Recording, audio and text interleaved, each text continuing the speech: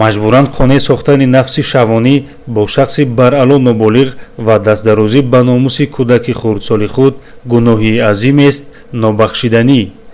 шаҳрванд низому файзиддин сокини шаҳри душанбе аз ҷониби кормандони шуъбаи вазорати корҳои дохилии 2 дар ноҳияи шоҳмансур бо гумони таҷовуз ба номуси духтарчаи 13-солааш дастгир карда шуд. дар воқеъ хабардор гаштан дар бораи ин ҳодисаи нангин дар вуҷуди ҳар инсоне нафрату бадбинеро ба вуҷуд меорад. нахот падар бо чунин бераҳмӣ махсус нафси шаҳвонии худро бо духтарчаи ноболиғаш қонеъ созад. вале дар рафти тафтишот ва санҷиши далелҳои ҷамъоваришуда дар ин кирдори бисёр нанговар даст доштани низому файзиддин собит гардид.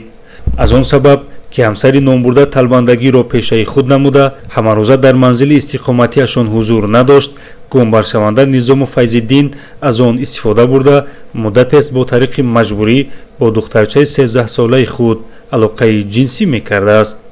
дар робита ба ин ҳодисаи нангин аз ҷониби прокуратураи ноҳияи шоҳмансур тибқи талаботи моддаи 138 қисми 3 кодекси ҷиноятии ҷумҳурии тоҷикистон парвандаи ҷиноятӣ оғоз карда шуда гумбаршаванда дар ҳабси пешакӣ қарор дорад.